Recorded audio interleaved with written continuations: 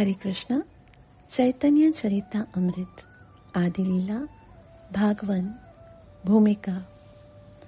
श्री कृष्णदास कविराज गोस्वामी द्वारा रचित श्री चैतन्य चरितामृत कृष्ण चैतन्य महाप्रभु के जीवन तथा उपदेशों का मुख्य ग्रंथ है। श्री चैतन्य महाप्रभु उस महान सामाजिक तथा धार्मिक आंदोलन के प्रवर्तक हैं जो भारत में 500 वर्ष पूर्व प्रारंभ हुआ और जिसने प्रत्यक्ष तथा अप्रत्यक्ष रूप से दूसरी धार्मिक तथा दार्शनिक विचारधाराओं को न केवल भारत में अपितु समग्र विश्व में प्रभावित किया है। उन श्री कृष्ण चैतन्य के प्रभाव को प्रसारित करने में कृष्ण कृपा मूर्ति श्री श्रीमद एसी भक्तिवेदांत स्वामी श्रील प्रभुपाद जी के प्रयासों का मुख्य योगदान रहा है, जो इस ग्रंथ के अनुवादक तथा भाष्यकार होने के साथ साथ अंतर्राष्ट्रीय कृष्ण भावनामृत संघ स्कॉन के संस्थापक आचार्य भी हैं। श्री चैतन्य महाप्रभु को अतीव ऐतिहासिक महत्व का पुरुष माना जाता है, किंतु ऐतिहासिक विश्लेषण की हमारी पारंपरिक विधि जो व्यक्ति को उनके समय की उपज के रूप में देखती है, यहाँ पर विफल हो जाती है, क्योंकि श्री कृष्ण चैतन्य ऐसे पुरुष हैं जो ऐतिहासिक व्यवस्था के सीमित क्षेत्र से परे हैं। जिस समय पश्चिम में मानव भौतिक ब्रह्मांड की संरचना का अध्ययन करने तथा नवीन सागरों और महाद्वीपों की खोज में समुद्री यात्राएं करने में अपनी अनुसंधात्मक शक्ति लगा रहा था, तभी पूर्व में श्री चैतन्य ऐसी क्रांति का प्रवर्तन एवं कुशल नेतृत्व कर रहे थे जो मनुष्य के आध्यात्मिक स्वभाव के सर्वोच्च विज्ञान संपन्न ज्ञान की दिशा में निर्दिष्ट था। श्री कृष्ण चैतन्य के जीवन चरित्र में मुख्य ऐतिहासिक स्त्रोत्र मुरारी गुप्त तथा स्वरूप दामोदर गोस्वामी द्वारा लिखे गए कर्चियां दैनंदिनिया हैं। मुरारी गुप्त एक वैद्य तथा श्री कृष्ण चैतन्य के अंतरंग पार्षद थे, जिन्होंने श्री चैतन्य महाप्रभु के संन्यास ग्रहण करने तक के प्रारंभिक 24 वर्षों के विषय में विस्तृत टिप्पणियां लिखी।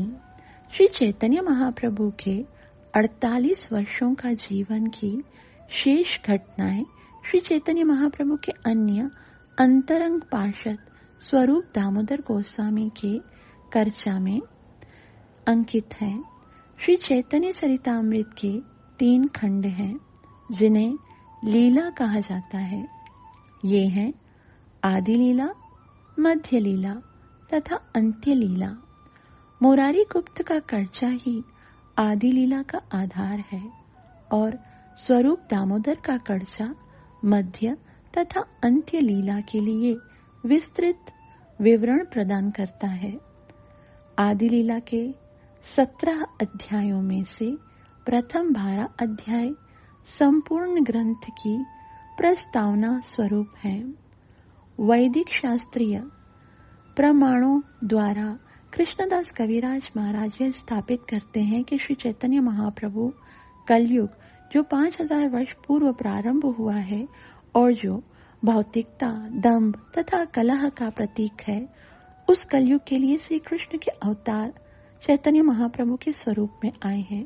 लेखक यह प्रमाणित करता है कि श्री चैतन्य महाप्रभु भगवान कृष्ण से अभिन्न है और अधम युग के पतित आत्माओं को महामंत्र के संकीर्तन का प्रचार करके शुद्ध भगवत प्रेम उदारता पूर्वक वितरित करने के लिए अवतरित होते हैं। यह संकीर्तन महामंत्र का बृहद सार्वजनिक कीर्तन है। इसके उपरांत कृष्णदास कविराज ने इस ग्रंथ के 12वें अध्याय में इस जगत में श्री चैतन्य महाप्रभु के आविर्भाव का गुह्य प्रयोजन, उनके सह अवतार तथा प्रमुख भक्तों का वर्णन किया है और उनकी शिक्षाओं को सार रूप में प्रस्तुत किया है। आदि लीला के विशेष अध्याय 13 से 17 तक में लेखक ने चैतन्य महाप्रभु के दिव्य जन्म तथा संन्यास ग्रहण करने तक के जीवन का संक्षिप्त वर्णन किया है। इनमें से उनके बचपन के चमत्कारों, अध्ययन, विवाह तथा प्रारंभिक दार्शनिक शास्त्रों के साथ साथ उनके व्यापक संकीर्तन आंदोलन के संगठन तथा मुस्लिम सरकार द्वारा दमन के विरुद्ध उनके कानून अवज्ञा आंदोलन का वर्णन है। तीनों लीलाओं में सबसे लंबी मध्य लीला की विषय वस्तु श्री चैतन्य महाप्रभु द्वारा एक सन्यासी, शिक्षक, दार्शनिक तथा गुरु एवं योगी के रूप में सारे भारत की विस्तृत एवं घटनापूर्वक यात्राओं का विशद वर्णन है।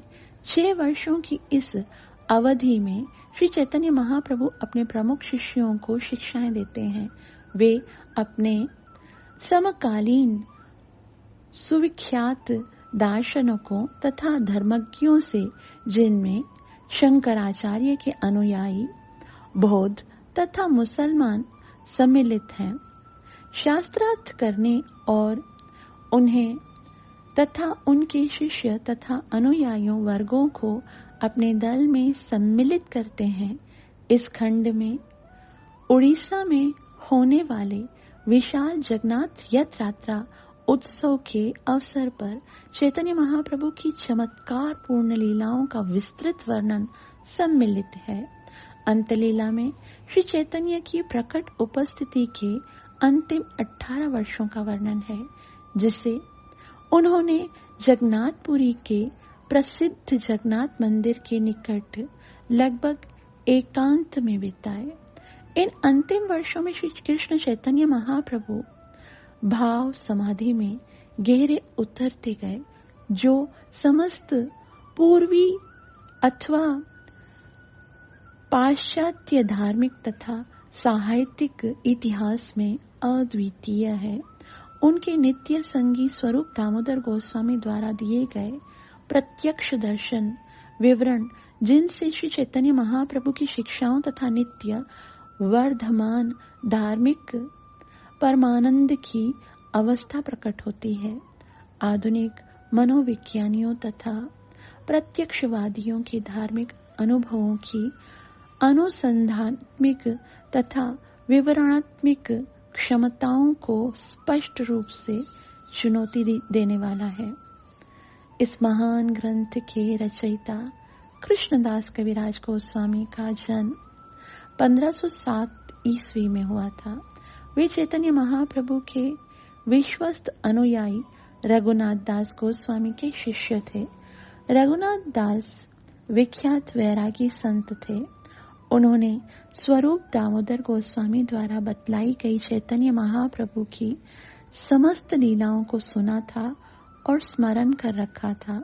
श्री चैतन्य महाप्रभु तथा स्वरूप दामोदर के निधन के बाद रघुनाथ दास गोस्वामी ने अपने इन आराध्यों की विरह वेदना सहन न कर सकने के कारण गोवर्धन पर्वत से कूदकर आत्महत्या करने के उद्देश्य से वृंदावन की यात्रा की, किंतु वृंदावन में उनकी भेंट चैतन्य महाप्रभु के 2 सर्वाधिक आंतरिक शिष्य रूप गोस्वामी तथा सनातन गोस्वामी से हुई, जिन्होंने उनसे आत्महत्या की योजना का परित्याग करने तथा चैतन्य महाप्रभु के अंतिम जीवन की प्रेरक घटनाओं को प्रकट करने के लिए प्रेरित किया। उस समय कृष्णदास कविराज गोस्वामी भी वृंदावन में रह रहे थे, जिन्हें रघुनाथ दास गोस्वामी ने श्री चैतन्य के दिव्य जीवन का पूर्ण विवरण प्रदान किया। उस समय तक श्री कृष्ण चैतन्य के जीवन पर अनेक समसामयिक विद्वान तथा भक्तों द्वारा कई जीवन चरित्र विषयक ग्रंथ लिखे जा चुके थे। इनमें मुरारी गुप्त कृत श्री चैतन्य चरित और लोचन दास ठाकुर कृत चैतन्य मंगल तथा वृंदावन दास ठाकुर कृत चैतन्य भागवत सम्मिलित हैं, जिनमें से चैतन्य भागवत के लेखक वृंदावन दास ठाकुर को उस समय श्री चैतन्य के जीवन के विशेषज्ञ माने जाते थे। जब वृंदावन दास ठाकुर इस महत्वपूर्ण ग्रंथ की रचना कर रहे थे, तब उन्होंने इस भय से श्री चैतन्य महाप्रभु के जीवन की अनेक घटनाओं को, विशेषतया परवर्ती घटनाओं को सम्मिलित नहीं किया कि इससे ग्रंथ का आकार बढ़ जाएगा। इस अंतिम लीलाओं को सुनने के इच्छुक वृंदावन के भक्तों ने कृष्णदास कविराज गोस्वामी से, जिन्हें वे महान संत और विद्वान के रूप में सम्मान देते थे, यह अनुरोध किया कि इन घटनाओं का विस्तार से वर्णन करने वाले ग्रंथ की रचना करें। इस अनुरोध पर तथा वृंदावन के मदन मोहन अर्चा विग्रह की अनुमति तथा आशीर्वाद से उन्होंने श्री चैतन्य चरितामृत की रचना प्रारंभ की, जिसे चैतन्य महाप्रभु के गहन दर्शन तथा शिक्षाओं के सम्यक प्रस्तुतिकरण एवं जीवन चरित्र विषयक श्रेष्ठता के कारण श्री चैतन्य महाप्रभु के जीवन तथा गूढ़ शिक्षाओं के सबसे महत्वपूर्ण ग्रंथ के रूप में आज सारे विश्व में मान्यता दी जा रही है। श्रील कृष्णदास कविराज गोस्वामी ने वृद्धावस्था में इस ग्रंथ पर कार्य प्रारंभ किया, जब उनका स्वास्थ्य गिर चुका था। जैसा कि उन्होंने स्वयं लिखा है कि अब मैं अति वृद्ध एवं अक्षमता से विक्षुब्ध हूँ। लिखते समय मेरे हाथ कांपते हैं, मुझे ठीक से किसी बात का स्मरण भी नहीं हो पाता, ना ही मैं ठीक से देख या सुन सकता हूँ। फिर भी मैं लिखता हूँ, जो कि अपने आप में एक महान आश्चर्य है। तो भी उन्होंने इस अक्षम अवस्था में मध्यकालीन भारत के इस महानतम साहित्यिक मणि को पूरा किया, जो साहित्यिक इतिहास के आश्चर्यों में से एक है। जैसा कि पहले बतलाया जा चुका है कि इसका अंग्रेजी अनुवाद कृष्ण कृपा मूर्ति श्री श्रीमद A.C. भक्तिवेदांत स्वामी श्रील प्रभुपाद द्वारा संपन्न किया गया, जो समग्र विश्व में भारतीय धार्मिक तथा दार्शनिक विचारधारा के सर्वाधिक विख्यात शिक्षक हैं। श्रील प्रभुपाद जी का भाष्य 2 बंगला भाष्यों पर आधारित है। एक तो उनके गुरु महान वैदिक विद्वान, उपदेशक और संत श्रीला भक्ति सिद्धांत सरस्वती ठाकुर, जिन्होंने भविष्यवाणी की थी कि एक समय ऐसा आएगा जब श्री चैतन्य चरितामृत पढ़ने के लिए विश्व भर के लोग बंगला सीखेंगे। और दूसरा भाष्य श्रीला भक्ति सिद्धांत के पिता भक्ति विनोद ठाकुर का, जिन्होंने आधुनिक युग में श्री चैतन्य महाप्रभु की शिक्षाओं के प्रचार में अग्रदूत का काम किया। श्री प्रभुपाद जी स्वयं श्री चैतन्य महाप्रभु की गुरु शिष्य परंपरा में आते हैं और वे पहले विद्वान हैं जिन्होंने श्री कृष्ण चैतन्य के अनुयायियों के प्रमुख ग्रंथों का अंग्रेजी अनुवाद प्रस्तुत किया। उनकी बंगला तथा संस्कृत में विद्वत्ता और श्री कृष्ण चैतन्य के उपदेशों से उनका अंतरंग परिचय ऐसा उपयुक्त मेल है, जो उन्हें इस महत्वपूर्ण काव्य ग्रंथ को अंग्रेजी भाषी संसार के समक्ष प्रस्तुत करने के लिए सर्वाधिक योग्य बनाता है।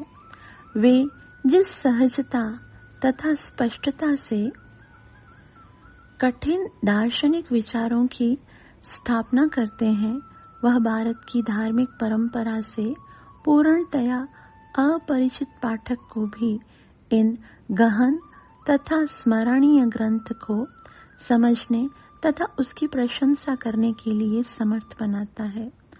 तात्पर्य समेत संपूर्ण मूल पाठ को 9 सचित्र खंडों में भक्ति वेदांत बुक ट्रस्ट द्वारा प्रस्तुत किया गया है, जो समकालीन मनुष्य के बौद्धिक, सांस्कृतिक तथा आध्यात्मिक जीवन में प्रमुख महत्वपूर्ण योगदान का प्रतिनिधित्व करता है।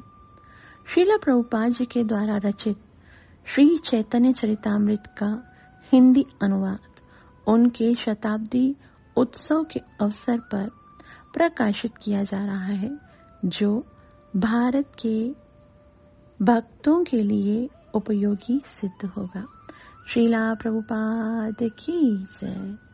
निताई गौर प्रेमानंदे। हरि हरि बोल।